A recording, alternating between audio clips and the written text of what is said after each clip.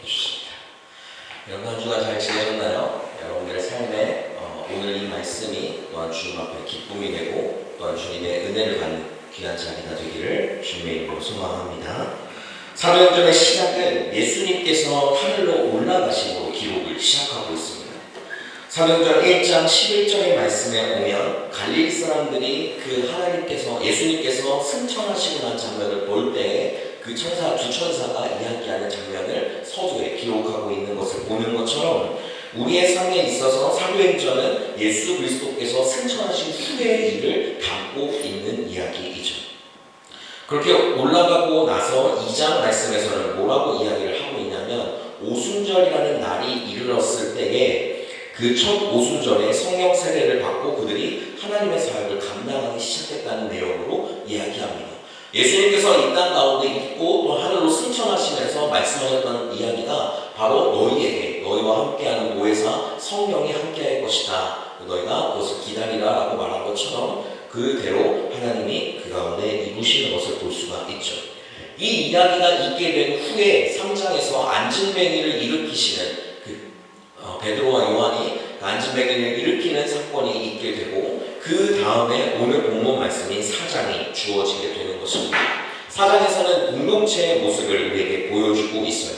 엄밀히 말하면 이제 오늘 나오는 이 말씀 가운데 있는 것을 유추해 본다면 함께 모여있는 교회라는 것을 이야기하고 있는 것입니다. 교회로서 역할과 모습을 하나하나 만들어가고 있는 것을 우리가 볼 수 있게 되죠. 오늘 말씀의 32절 말씀에서는 그 가운데 말씀을 보니까 뭐라고 말해요? 믿는 무리가 한 마음과 한 뜻이 되어 라고 이야기를 하고 있습니다.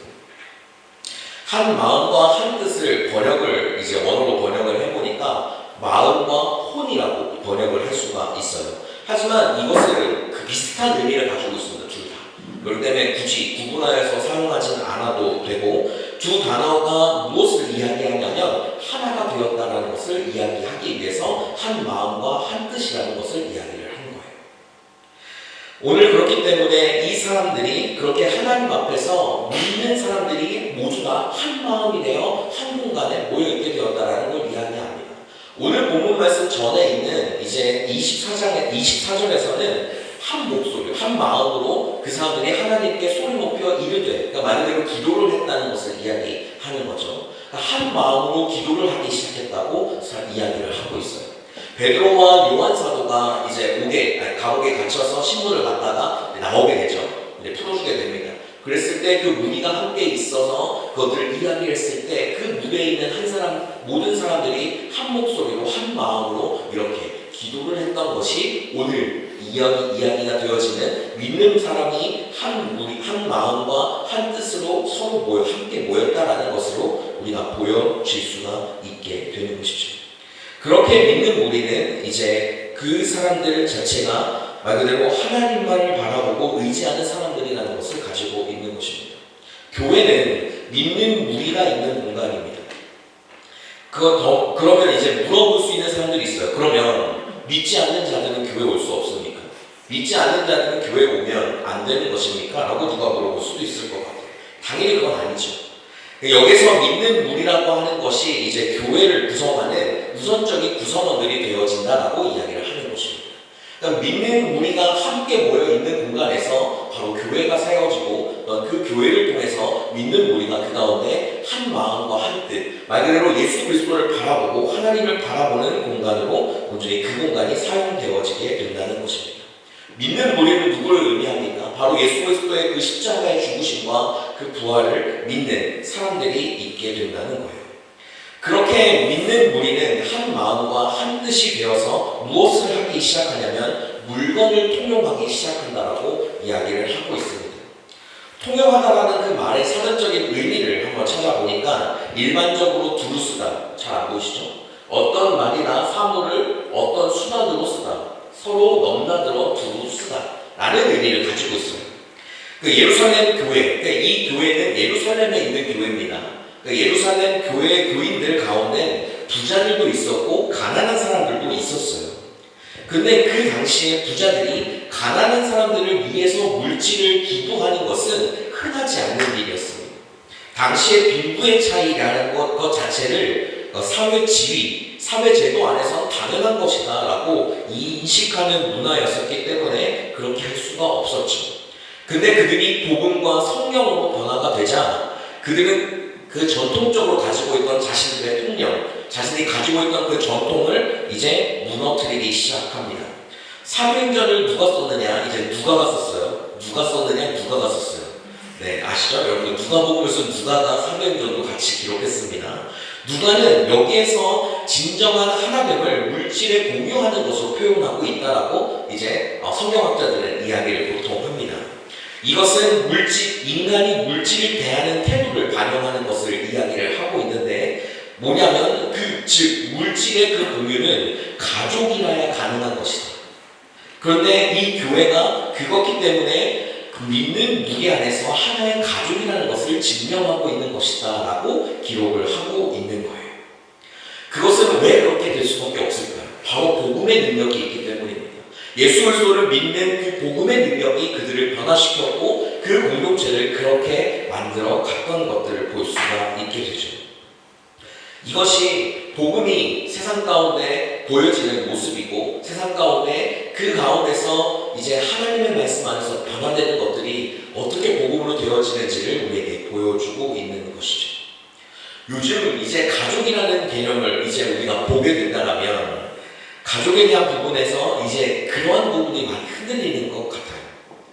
가족 안에서는 서로가 서로의 물건을 서로 통용하고 함께 서로를 도와가며 하는 것들이 대부분이고 많아지게 되는데 요즘은 가족 안에서도 네 거는 네 거, 부모님 거는 부모님 거 이런 식으로 많이 나누고 또 그것을 침범하면 그 가운데서 왜 내 거 건드려? 라는 이야기로 받아들이는 경우가 많아지는 것 같아요.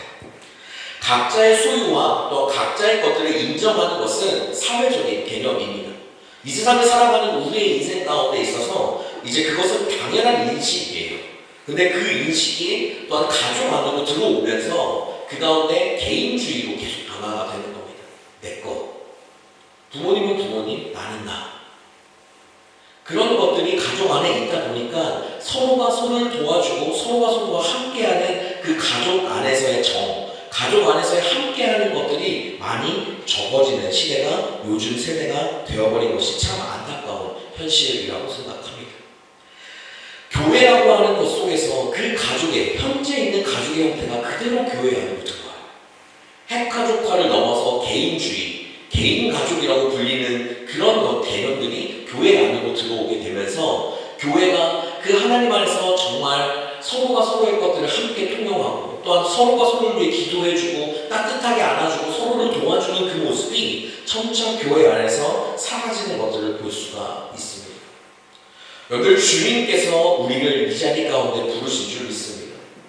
주님이 우리를 이 자리 가운데 부르셨다라고 이야기하는 그 말씀 가운데서 하나님은 교회 안에서 교회를 하나의 가정으로 세워가기를 원하십니다. 초대교회에 있는 그 모습은 그들이 그렇게 했기 때문에 나타나는 양태라고 볼 수 있는 것이 아니라 하나님께서 원하시는 것이었어요. 하나님이 원하시는 대로 그대로 행해지고 그대로 되어지는 것을 우리가 볼 수가 있는 겁니다. 그걸 말 그대로 무엇을 이야기하냐? 교회는 그렇게 되어야 한다는 거예요. 그렇기 때문에 우리 모두는 교회 안에서 함께 봉사하며 채무를 가지고 함께 서로를 위해 기도해주는 모습이 우리 가운데 함께 있어야 한다는 것입니다. 제가 지난 12월 달에 이제 사무총회를 저희가 했어요. 사무총회를 하면서 제가 연말에 했던 설문조사에 대한 결과들을 이야기를 했었습니다. 그때 이제 사역을 하고 있는지에 대한 의무를 물었었어요. 네, 응답자가 10명인데 18명 중에 8분은 사역을 하고 있었기 때문에 이 질문에 답을 할 이유가 없었고 10명 정도가 이제 답을 했을 때에 그 가운데 이제 특별한 이유가 없다라는 이야기가 대부분이었습니다. 그리고 만약에 여러분이 사역을 하게 된다면 어떻게 하고 싶으십니까? 라고 했을 때 모두 다 각자가 원하는 것에 대한 선택들을 했어요. 그래서 다음 주부터 시작해서 한 2주 정도 여러분들에게 여러분들이 어떤 사역을 하고 싶으신지를 좀 받아보려고 합니다. 이것은 누구나 해야 하는 일이에요. 그리고 이 교회는 누군가 한두 사람의 헌신으로 되어지는 곳이 아니라 서로가 함께 모여 함께 해야 되는 일이라는 것이죠. 오늘 32절에 나와 있는 것처럼 물건과 재물에 대해서 언급은 하고 있지만 우리는 하나님께로부터 받은 그 달란트와 또한 그 가운데 시간, 재정, 건강 등을 사용하여서 교회를 섬겨야 될 이유가 있습니다. 내가 헌신하는 것이 아닌 하나님을 아버지로 둔 그 가정 속에서 내가 할 수 있는 일들을 함께 찾아가는 그 기쁨을 감당하며 나아갈 수가 있게 되는 것이죠. 누구든 이 상황 가운데서 제가 설문조사를 2년여 동안 몇 차례를 해봤지만 많은 분들이 피해갔어요. 안 했어요. 안 해도 제가 뭐라고 한 적이 한 번도 없습니다. 네. 꼭 설문조사를 하기 시작하면 하는 분들만 하더라고요. 하지만 다음 주부터 할 이 설문조사는 제가 어떻게든 받아낼 겁니다. 여러분들은 한 명 한 명 찾아가서라도 한 명 한 명 물어보고라도 함께 받아낼 것입니다. 이거는 제 개인적인 욕심으로 하는 일이 아니에요. 하나님의 교회를 세워가는 방식이고 또한 하나님이 원하시는 것이고 그렇게 해야 교회가 교회다워지기 때문입니다. 뭐 거창한 일을 하라고 여러분에게 맡기지 않습니다. 여러분들이 할 수 있는 곳에 그 가운데 자발적으로 그것을 함께 동행하며 나아가는 삶이 되었으면 좋겠어요. 32절에서 서로 물건이 통용되고 자기의 재물이 조금이라도 자기 것이라 하는 이가 없더라라고 이야기를 하게 됩니다. 그렇게 교회 안에서 그들이 세워지고 난 후에 이제 이어지는 33절 말씀에서는 무엇을 이야기하냐면 사도들이 큰 권능을 받고 주 예수 그리스도의 부활을 증언하고 있다라고 이야기를 하고 있습니다. 이것은 모든 설교에 예수 그리스도의 구원과 하나님의 사랑이 빠져서는 안 된다는 것을 말하고 있는 것입니다. 그러기에 교회는 예수님에 대한 이야기를 전할 수 있어야 합니다. 지금의 사도라고 이제 본다면 가장 먼저 생각나는 것이 아마 여러분들에게 목회자일 것입니다. 여러분들은 목회자들을 위해 기도해 주셔야 합니다. 하나님의 권능을 가지고 주의 복음을 온전하게 그 사명 다해 감당하는 그 삶을 살아갈 수 있게끔 오늘 김우선 집사님 기도해 주셨던 것처럼 기도해 주시는 것이 필요합니다. 그런 목회자가 있는 교회야말로 하나님의 복음의 은혜가 가득하게 되는 교회가 되어지는 것입니다. 작년 12월은 대한민국에서 크나큰 일들이 많이 일어났었습니다. 그렇죠? 그것을 모르는 사람들은 아무도 없을 거예요. 저도 계속 그 뉴스를 봐가며 접하며 또한 기도하는 마음으로 그 시간들을 보냈던 것을 저도 기억합니다. 하도 그것을 많이 보게 되니까 여러분 어떤 일이 일어난 줄 아세요? 하도 그것을 많이 하게 되니까 빨간 옷을 입은 사람들을 보면 자꾸 선입견이 생기고 파란 색깔의 옷을 입은 사람들을 보면 자꾸 선입견이 생기고 계속 그 정치적인 것들만 계속 뭐 빨간색과 파란색이 막 계속 싸우고 있으니까 계속 그렇게만 보이더라고요. 그런 일들이 제 삶 가운데서도 정말 강하게 그렇게 경험되어지고 체험하게 되는 시간들이 있게 되었었어요. 저도 목회자이기 때문에 함께 모여 예배하는 그 시간에 정말 그것들에 대해서 언급하고자 하는 마음도 있었습니다. 왜냐하면 그것이 우리가 다른 어떤 것을 탐나는 일을 하자고 얘기하는 게 아니라 이 나라를 위해 우리는 기도해야 됩니다 라는 것을 이야기하고 싶었기 때문이었어요. 근데 제가 주일 예배 때 그것에 대해서 잠깐의 언급 정도는 이제 이런 일이 있었다는 언급 정도는 했지만 그것에 구체적인 것들을 사실 이야기하지는 않았었습니다. 정말 그 뉴스를 보고 지낼 때면 우라통이 치밀고 정말 어디 가서든 그것을 얘기하며 살지 않으면 안 될 정도로 막 그렇게 힘든 시간들이 저한테도 있었지만 말씀을 증거하는 이 자리만큼은 그런 것들이 우선시 되는 것이 아니라 하나님의 말씀과 하나님의 복음이 우선시 되어야 하기 때문이었습니다. 그게 우리가 하나님 앞에 이 예배를 드리며 나아가는 이유입니다. 여러분들은 이 예배에 나와서 어떤 것들을 얻기를 원하십니까? 우리는 이 자리에서 하나님을 만나야 하고 그 복음을 들을 수 있어야 합니다. 그 복음에 반응할 줄 알아야 하고 그 복음을 집중하며 나아가는 시간들이 되어야 합니다. 나의 개인적인 문제들, 내 삶 가운데 있는 어려운 문제들이 하나님 이 주일날 이 말씀을 통해서 해결되기를 원합니다라는 마음이 우리에게 있을 수는 있으나 그게 우리가 예배를 드리며 하나님 앞에 교회로 나오는 발걸음이 되어서는 안 된다는 겁니다. 복음은 하나님이 우리의 삶 가운데 구원하신 것 그거 하나로 족합니다. 복음은 그게 복음입니다. 내 문제가 해결되는 것, 그것은 내가 복음의 주인, 그 주님을 믿고 나아간다면 자연스럽게 되어지는 결과라고 성경은 기록하고 있습니다. 그렇기 때문에 우리는 해결되는 것에 집중하는 것이 아니라 주님을 바라보는 일에 우리가 선택하며 나아갈 수 있어야 한다는 것입니다. 그렇게 오늘 사도들은 증언하게 될 때에 우리가 큰 은혜를 받아서 34절의 결과를 낳게 됩니다. 우리 34절 말씀을 같이 한번 읽어봅시다. 시작!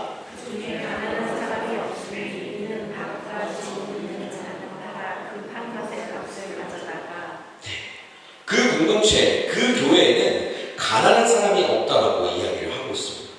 오늘 가난이라는 것을 문자적으로 우리가 보게 된다면 부족함을 이야기합니다. 그리고 고난을 겪음이라는 것도 가난이라고 표현할 수 있는데 우리는 부족, 결핍에 오늘 좀 초점을 맞춰서 함께 보려고 합니다. 보통은 그래서 가난을 떠올리게 될 때에 우리는 물질적으로 빈궁하게 되고 살림살이가 어려운 상태를 이야기하게 합니다. 그리고 따로 또 다시 이야기해서 인격적으로 억압을 받고 또한 사회적으로 멸시를 받고 육신적으로 연약한 상태를 가난이라고 부를 수가 있습니다. 그리고 또 우리 안에 외부적인 환경에서는 재난이나 사회적 불평등에 대한 이야기를 할 수가 있고 내부적인 환경에서는 게으름, 방탕, 무절제, 죄의 결과를 가난의 것들로 표현할 수가 있습니다. 이것은 부족함, 결핍에 대한 이야기를 하면서 나아가게 되는 것이죠.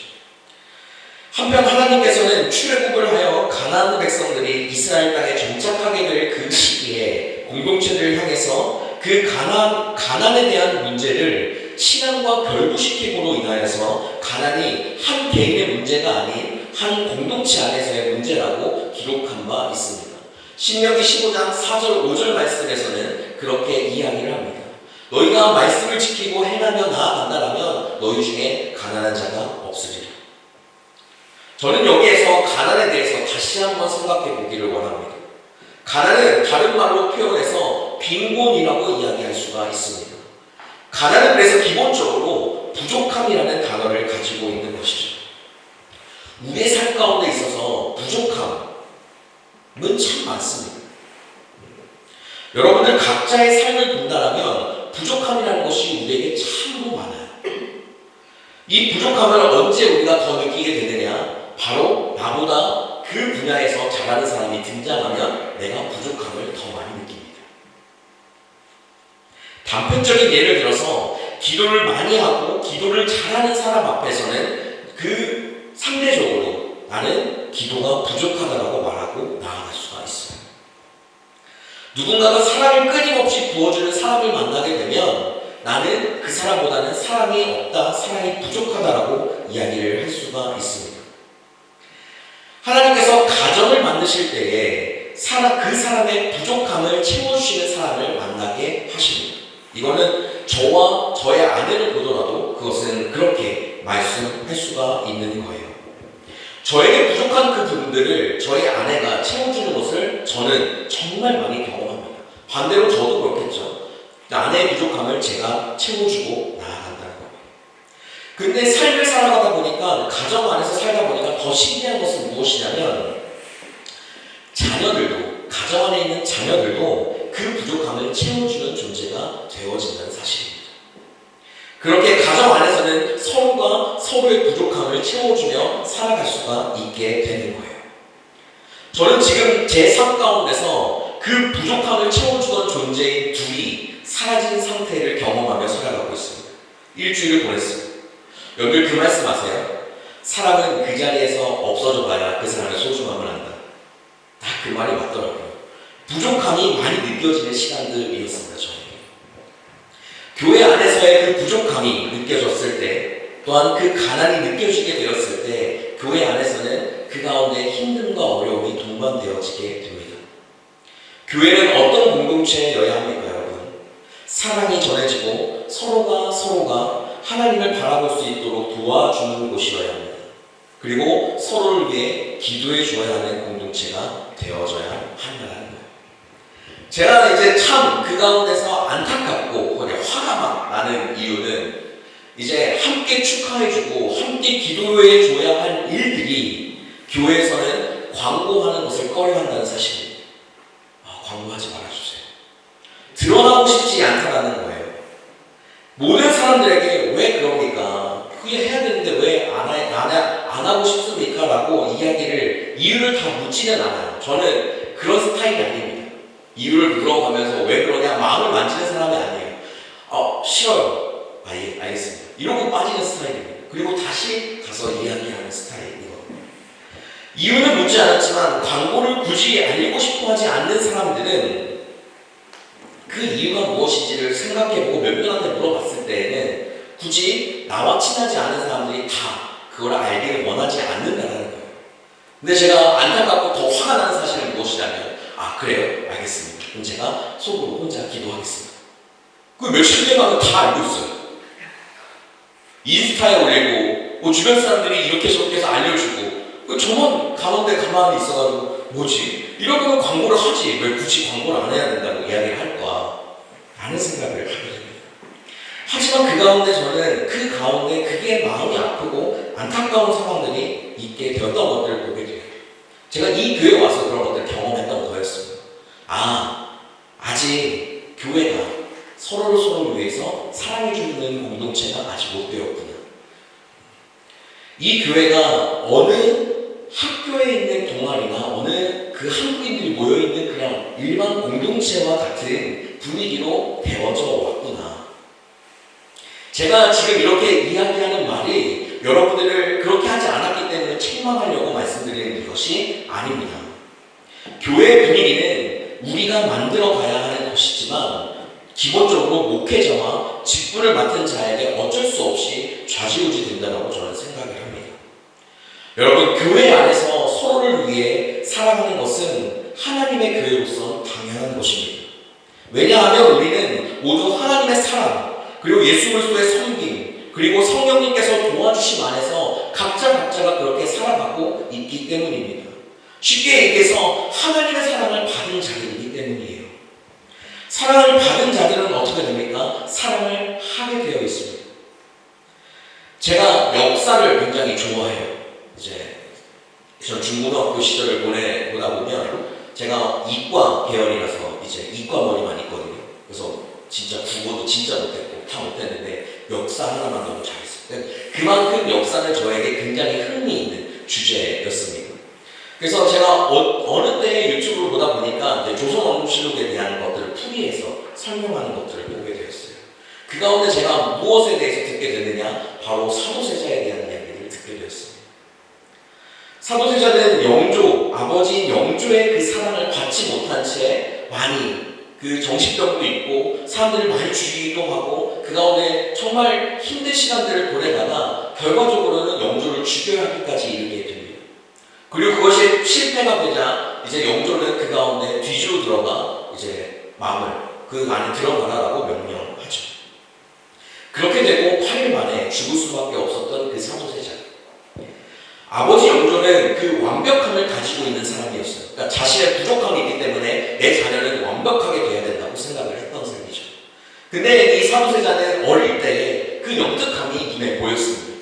그래서 영조가 너무 기뻐했고 너무 잘 챙겼었지만 이 사도세자가 조금씩 커가면서 그림도 좋아하고 무예도 좋아하고 또한 여러 가지 그 글과는 좀 다른, 그러니까 영조가 봤을 때는 굳이 저런 것까지 해야 되느냐라고 할 정도의 이야기들을 했던 것이죠. 아버지 영조의 그 완벽함으로 사도세자는 따뜻한 한마디를 듣지 못한 상태로 삶을 커왔습니다. 그렇게 계속 자라왔던 그 사도세자는 결국 좋지 못한 상황에 이르게 되고 누군가를 사랑하는 것조차 쉽지 않은 삶을 살아갔던 것들을 보게 됩니다. 사랑받지 못한 사람이 얼마나 그 삶 가운데 힘겹게 살아가고 있는지를 우리가 다시 한번 보는 그 시간들이 되었던 것 같아요. 우리는 하나님께로부터 사랑을 받은 존재들입니다. 그 사랑을 온전하게 경험하지 못한다면 우리는 또한 하나님께 나아가기가 어려워져요. 그 사랑을 우리는 어디에서 경험해야 하는 것일까요? 내가 직접 하나님께로 나아가 하나님의 말씀 앞에 기도하며 주님을 만나는 삶으로, 또한 내가 내 삶 가운데 하나님의 말씀을 묵상함으로 주님을 끊임없이 만나는 개인적인 그 삶으로 나아가는 것도 필요하지만 그 그 다음에는 우리가 하나님의 사랑을 어디서 많이 느낍니까? 교회에서 많이 느껴지게 됩니다. 여러분, 사랑은 어려운 것이 아닙니다. 사랑은 관심이에요. 그리고 그 사랑을 위해서 우리가 함께 기도해주며 나아갈 때에 그 사랑은 더 커져가게 됩니다. 그 사랑을 주어야 할 대상이 하나님이시지만 교회 안에서는 목회자가 그래야 하고 직분을 맡은 사람이 그래야 하고 모든 성도가 그래야 합니다. 그렇게 우리는 서로를 위해 도와주고 기도하며 해주며 함께 해야 한다는 것이죠. 그렇게 살아가기 시작할 때 우리는 그 안에 용서라는 것을 가능하게 되는 것입니다. 사랑하는 베트몰 신학교의 성도 여러분, 혹시 제가 여러분에게 상처를 주었거나 여러분에게 무관심함으로 인하여서 그런 가운데 저로 인하여서 상처받은 것들이 있다면 저를 용서해 주시길 바랍니다. 제가 누군가에게 들어서 얘기를 하는 게 아니에요. 제가 모든 사람들을 찾아가서 연락하고 또한 그 가운데 그 삶을 좀 들어주고 또한 그 안에 관심을 표현하고 사랑을 표현하는 것이 당연히 목회자인 저로서 해야 되는 일이고 그렇게 해야 된다고 저도 알지만 저도 인간인지라 부족함과 또한 그 안에 연약함도 있습니다. 이 말씀을 오늘 준비하면서 굉장히 그게 저 안에 마음에 정말 저 스스로가 안타까움으로 다가왔어요. 내가 더 많이 사랑해야 되는데 하나님의 사랑을 이 교회에서 더 많이 경험할 수 있도록 내가 더 많이 사랑해야 되는데 라는 생각을 많이 했기 때문에 이러한 고백을 제가 하게 되는 겁니다. 그러니 그 가운데 만약에 그런 마음이 있다면 저를 용서해 주시고 또한 교회가 더욱 사랑이 넘치는 공간, 기쁨이 넘치는 공간, 웃음이 가득한 공간, 또한 쉼을 얻고 회복이 되는 공간으로 만들어갈 수 있도록 최선을 다해 제가 노력하겠습니다. 또한 그 가운데 저의 부족함을 위해서 기도해주는 여러분들이 되었으면 좋겠고 또 그 가운데 함께 동행하며 나아가는 우리 모두가 되었으면 좋겠어요. 우리는 기억하고 잘 알고 있습니다. 우리의 몸과 우리의 마음의 그 가난 그리고 그 부한 것 내가 가난해질 수도 있고 내가 부해질 수도 있는 것은 하나님께 달려있다는 사실입니다. 내가 가난하다고 해서 하나님의 사역, 하나님의 섬기는 일에 핑계를 댈 수는 없다라는 것을 이야기하는 거예요. 내 마음이 가난하다고 해서 하나님을 섬기는 일을 제대로 하지 않고 그것을 피해버리게 된다면 그것은 하나님 앞에 나아갔을 때 받는 그 축복의 자리를 내가 스스로 저버리는 일이 되어버리게 됩니다. 우리는 하나님께서 왜 나의 삶에 하나님이 채워주시지 않지? 라고 말을 하며 생각하기 전에 우리는 기본적으로 내가 하나님 앞에 그 주권을 내어드리며 똑바로 나아가고 있는가? 나는 하나님의 주권을 인정하며 그것을 따르며 살기로 작정하며 또한 주님과 그 몸된 교회를 향해 함께 섬김으로 나아가고 있는가를 다시 한번 고민해 보아야 하는 것입니다. 하나님 세우시고 이끄시는 교회는 가난한 자가 없는 교회라고 이야기하고 있습니다. 가난한 자가 있다면 그 가난한 사람을 도와주고 그 말을 들어주며 그것을 채워주어야 한다는 것이죠. 그걸 누가 할 수 있을까요? 33절 말씀에서 보면 은혜를 받은 사람이 하게 되어 있습니다. 가난한 사람을 위하여서 밭과 집을 판 사람들이 그것은 강제로 그것을 하는 것이 아니라 바로 하나님의 말씀을 받고 은혜를 받은 사람들이 자발적으로 그 가운데 했던 일이었습니다. 저는 우리 교회가 하나님의 은혜를 충만하게 받고 자발적으로 교회를 위해 또한 가난한 사람들을 섬기는 사람들이 많아지기 위해 기도합니다. 이것이 하나님이 원하시는 교회의 모습이기 때문인 것이죠. 그리고 35절 말씀에서는 그것을 그 판값을 사도들의 발 안에 둔다라고 이야기를 하고 있습니다. 이게 오늘날 이야기하면 헌금이에요.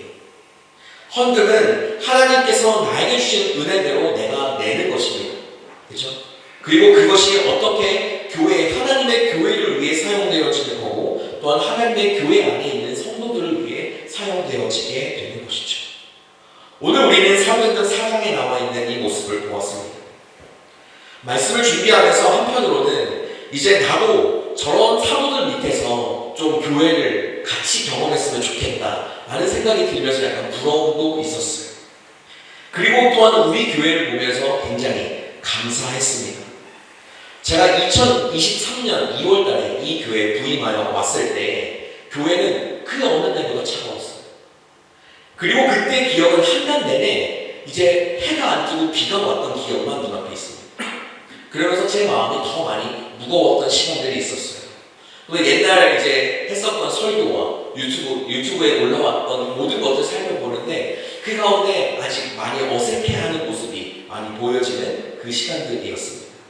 하지만 2년이 지나고 있는 지금 이 시점에 저는 너무나도 교회 오는 것이 즐겁고 또한 따뜻하고 든든함을 많이 느끼게 됩니다. 이 모든 것이 하나님이 우리 가운데 행하신 은혜라고 저는 생각합니다. 우리는 이제 주님이 주신 은혜만을 생각하며 나아가는 것이 아니라 주님이 피값으로 사신 교회를 우리가 사랑이 가득한 공동체로 함께 만들어 가야 할 때입니다. 그것과 함께 동참하는 여러분들 모두 되시기를 주님의 이름으로 축복합니다. 왜 오늘의 설교 제목이 이렇게 지어져 있을까요?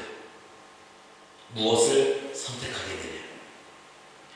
하나님의 선택으로 데트몰트라는 곳에 오신 여러분, 하나님을 예배하기 위해 이 자리 가운데 오신 여러분, 저는 이 자리에서 여러분들에게 세상의 어떤 것보다 하나님을 선택하는 여러분들이 되시기를 축복합니다.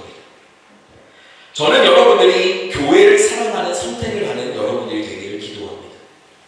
그리고 여러분들이 이 교회 안에서 서로를 사랑하기로 선택하는 여러분들이 되기를 소망합니다.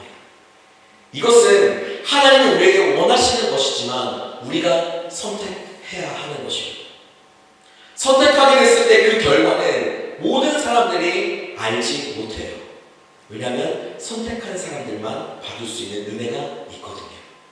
하나님을 섬기려고 작정한 사람들만 받을 수 있는 은혜가 있습니다. 그것을 우리 모두가 함께 경험했으면 좋겠어요. 그래서 우리가 이 교회가 삼형제에 나와있는 그 초대교회 같이 정말 서로를 위해 함께 마음을 쏟고 기도하며 나아가는 그런 교회가 되었으면 좋겠습니다. 요즘 시대에는 물질에 대한 가난은 많이 없어요. 여러분들이 가난하면 독일에 나올 수 있습니까? 우리가 가난하다고 표현할 수 있어요. 저도 뭐 살아가는데 돈이 넉넉하지는 않습니다. 하지만 우리가 그 가운데서 이 땅에서 살아갈 수 있는 최소한의 요건은 갖췄기 때문에 이곳에 나와 있는 거잖아요. 근데 우리가 가진 가난은 이제 마음에서 옵니다. 마음에서, 우리의 심령에서, 우리의 마음의 그 가운데 부족한 것들이 우리가 함께 보드담아 채워가야 하는 것입니다. 저는 이 교회가 그런 교회가 될 거라고 확신합니다. 왜냐하면 하나님은 살아계시기 때문입니다.